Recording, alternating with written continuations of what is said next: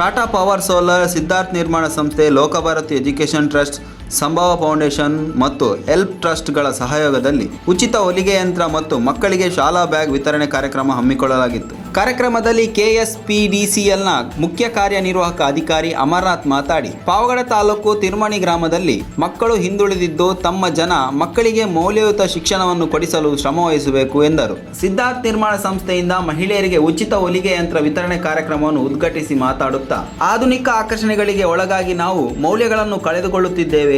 ಮಕ್ಕಳಲ್ಲಿ ತಂದೆ ತಾಯಿ ಗುರುಗಳನ್ನು ಗೌರವದಿಂದ ಕಾಣುವ ಸಂಸ್ಕೃತಿಯನ್ನು ಬಿತ್ತಿ ಸಮಾಜದ ಏಳಿಗೆಗೆ ಕಾರಣೀಭೂತರಾಗಬೇಕು.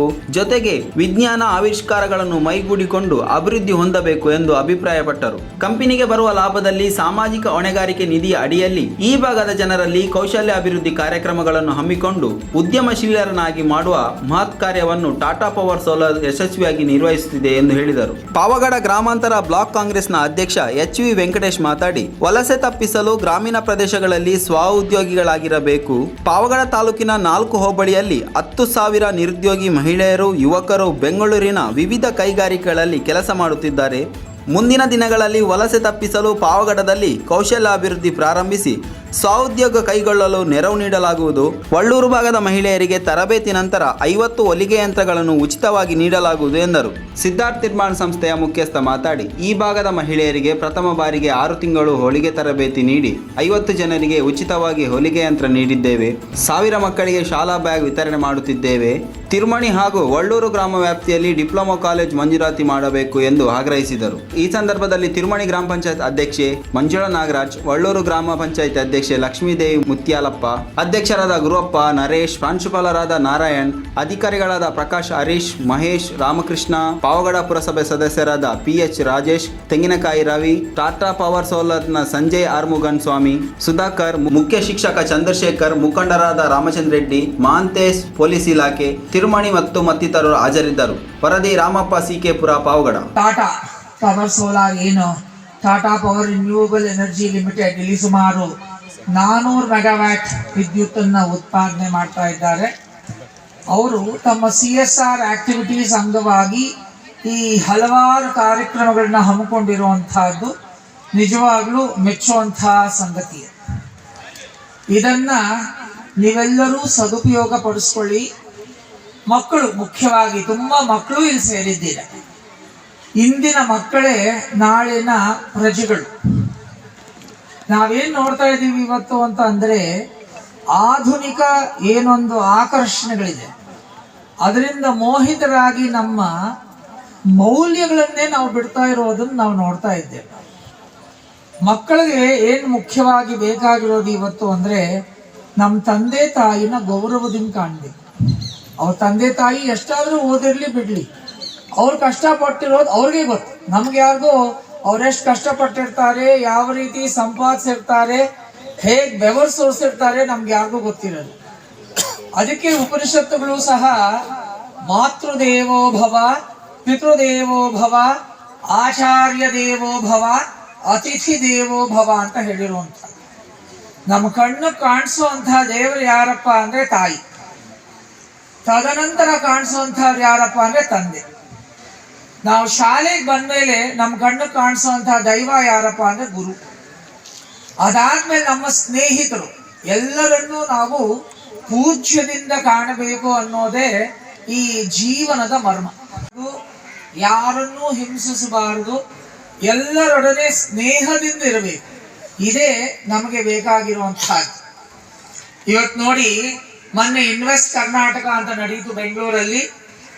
ಸುಮಾರು 9.5 ಲಕ್ಷ ಕೋಟಿ ಇಲ್ಲಿ ಹಣನ ಹೂಡಿಕೆ ಮಾಡಲಿಕ್ಕೆ ಜನ ಬಂದಿದ್ದಾರೆ. ಯಾಕಪ್ಪ ಬಂದಿದ್ದಾರೆ ಅಂದ್ರೆ, ನಮ್ಮ ಸ್ನೇಹ ನೋಡ್ಕೊಂಡು ಬಂದಿದ್ದಾರೆ. ಈ ಸ್ನೇಹ ಹೀಗೆ ಇರಬೇಕು.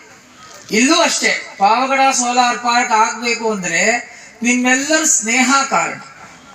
ನಾವೆಲ್ಲಾ ಕಡೆ ಕರೆದಿದ್ವಿ, ಯಾರ್ಯಾರ ಹತ್ರ ಜಮೀನಿದೆ ನಮಗೆ ಎಕ್ಸ್ಪ್ರೆಷನ್ ಆಫ್ ಇಂಟ್ರೆಸ್ಟ್ ಕೊಡಿ ಅಂತ. ಇಲ್ಲಿ ಅತ್ಯಂತ ಅಧಿಕವಾಗಿ ನಮಗೆ ಆಫರ್ಸ್ ಬಂದವು. ಅದರಂತೆ ನಿಮ್ಮೆಲ್ಲರ ಈ 5 ಗ್ರಾಮದ ಜನರ ಒಂದು ಒಡನಾಟದಿಂದ, ಸಹಾಯದಿಂದ ಈ ಪಾವಗಡ ಸೋಲಾರ್ ಪಾರ್ಕ್ ಇವತ್ತು ಎದ್ದು ನಿಂತಿದೆ.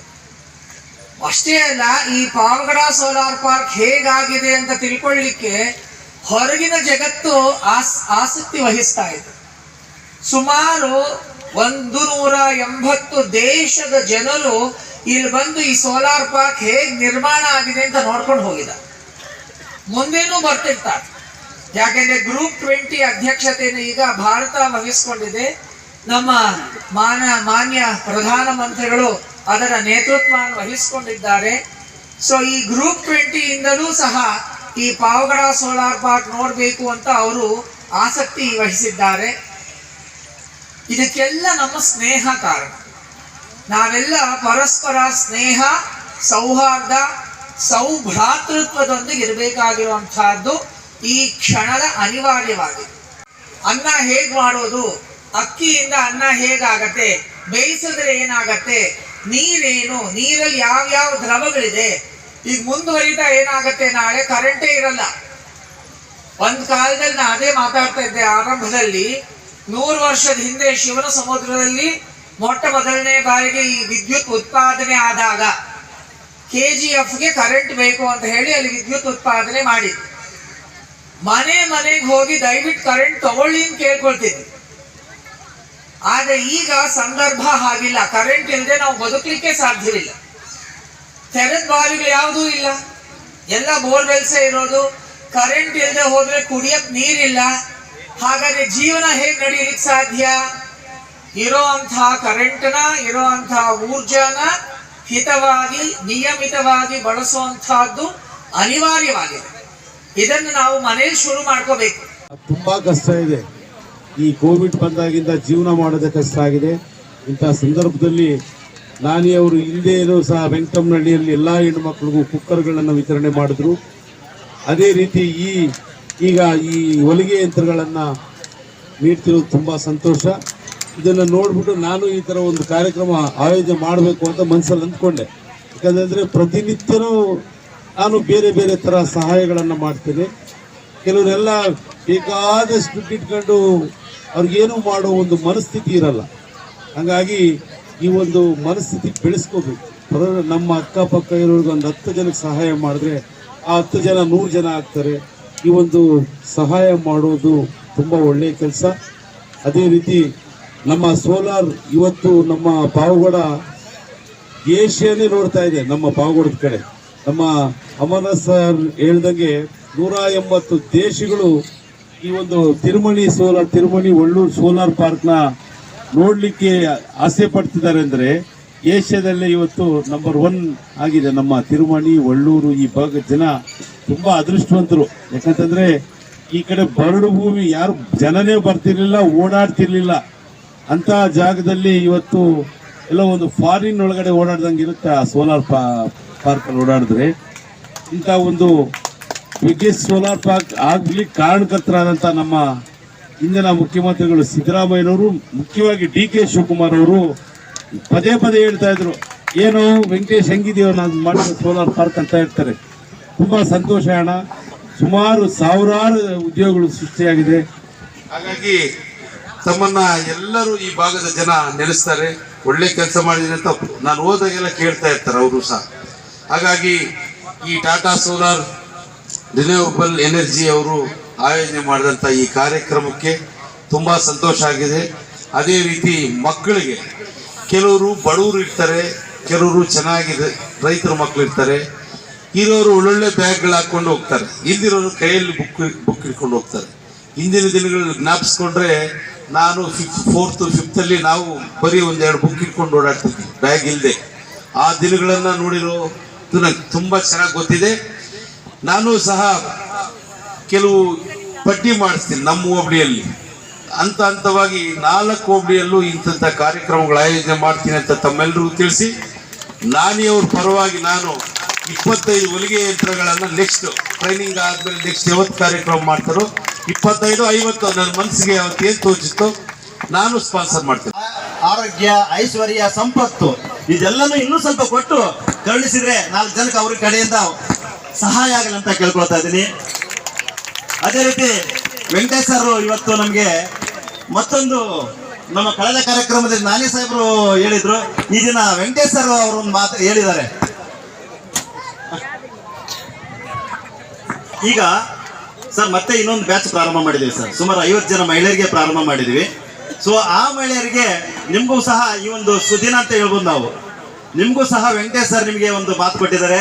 ನೆಕ್ಸ್ಟ್ ನಮ್ಮ ಒಂದು ಸರ್ಟಿಫಿಕೇಶನ್ ಕಾರ್ಯಕ್ರಮದಲ್ಲಿ ನಾನು ದಾನ ಮಾಡ್ತೀನಿ ಅಂತ ಹೇಳಿದ್ರೆ ಅವ್ರಿಗೂ ಸಹ ನಮ್ಮೆಲ್ಲ ಅಕ್ಕ ತಂಗಿಯರ ಪರವಾಗಿ ಅವರಿಗೆ ನಾನು ಧನ್ಯವಾದ ಹೇಳಲಿಕ್ಕೆ ಇಷ್ಟಪಡ್ತಾ ಇದ್ದೀನಿ. ಯಾಕಂತ ಹೇಳಿದ್ರೆ ಇಲ್ಲಿ ನಾವು 50 ಮಿಷನ್ ಕೊಡ್ತೀವಿ ಅಂದ್ರೆ ಬರೀ 50 ಜನ ಅಲ್ಲ, 50 ಕುಟುಂಬ, 50 ಕುಟುಂಬಕ್ಕೆ ಸಹಾಯ ಆಗುತ್ತೆ. 50 ಕುಟುಂಬ ಅಂದ್ರೆ 50 ಕುಟುಂಬದಿಂದ ಸುಮಾರು 250 ಜನಕ್ಕೆ ಅದರಿಂದ ಸಹಾಯ ಆಗುತ್ತೆ, ಆರ್ಥಿಕವಾಗಿ ಸಹಾಯ ಆಗುತ್ತೆ. ಹಿಂದೆ ಒಂದು ಮನಸ್ಥಿತಿ ಇತ್ತು, ಕೇವಲ ಗಂಡ್ಮಕ್ಳು ದುಡಿತಾ ಇದ್ರು, ಹೆಣ್ಮಕ್ಳು ಮನೆಯಲ್ಲಿ ಇರ್ತಾ ಇದ್ರು. ಆದ್ರೆ ಬದಲಾದ ಪರಿಸ್ಥಿತಿಯಲ್ಲಿ ಇಬ್ಬರು ದುಡಿದ್ರೆ ಮಾತ್ರ ನಾವು ಗುಣಮಟ್ಟದ ಜೀವನ ನಡೆಸ್ಬೋದು, ಗುಣಮಟ್ಟದ ಶಿಕ್ಷಣ ಮಕ್ಕಳಿಗೆ ಕೊಡ್ಬೋದು. ಆ ನಿಟ್ಟಿನಲ್ಲಿ ಎಲ್ಲ ಮಹಿಳೆಯರು ಈ ಎಲ್ಲ ದಾನ ಯಾರಾದ್ರೂ ಕೊಡ್ಬೋದು, ಆದ್ರೆ ನಮ್ಮ ಜವಾಬ್ದಾರಿ ಜಾಸ್ತಿ ಇದೆ.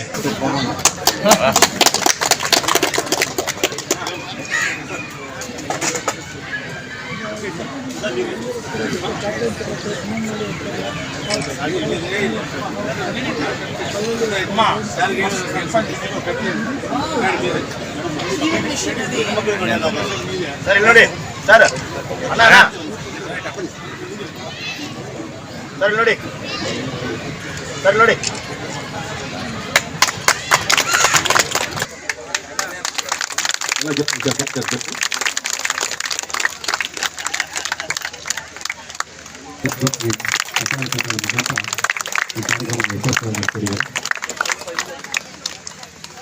ಎಲ್ಲ ಮಹಿಳೆಯರಿಂದ ಉಪಯೋಗ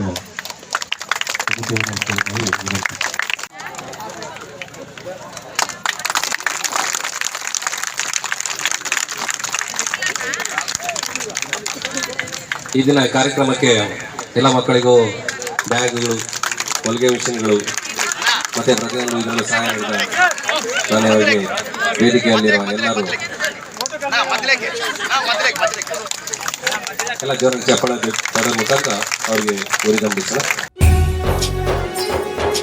ನಿಮ್ಮ ಮೆಚ್ಚಿನ ನಮ್ಮ ತುಮಕೂರು ಮಾಧ್ಯಮ 1 ವರ್ಷ ಪೂರೈಸಿದ ಈ ಸಂದರ್ಭದಲ್ಲಿ ನಮ್ಮ ತುಮಕೂರು ಮಾಧ್ಯಮ ನಿಮಗೆ ಧನ್ಯವಾದಗಳನ್ನ ತಿಳಿಸುತ್ತದೆ ಮತ್ತು ನಿಮ್ಮ ಪ್ರೀತಿಗೆ ಸದಾ ಚಿರಋಣಿಯಾಗಿರುತ್ತದೆ. ನೀವು ನಮ್ಮ ಮೇಲೆ ಇಟ್ಟ ನಂಬಿಕೆಯನ್ನು ಉಳಿಸುವ ಪ್ರಾಮಾಣಿಕ ಪ್ರಯತ್ನವನ್ನ ನಮ್ಮ ತಂಡ ಖಂಡಿತವಾಗಿಯೂ ಮಾಡುತ್ತದೆ. ಗೆಲುವಿನ ಹಾದಿಯಲ್ಲಿ ಸದಾ ನಮ್ಮ ಜೊತೆಯಾಗಿರಿ. ನಮ್ಮ ಚಾನೆಲ್ ಅನ್ನು ಸಬ್ಸ್ಕ್ರೈಬ್ ಮಾಡಿ. ಸುದ್ದಿ ಅನ್ನೋದು ಬರೀ ಕಥೆಯಾಗದೆ ನಮ್ದ ಜೀವ ಗಾಳಿಗೆ ಬೆಳಕಾಗಿದೆ, ಗೆಲುವಿನ ಹಾದಿಯಲ್ಲಿ ನಗು ಮೂಡಿದೆ.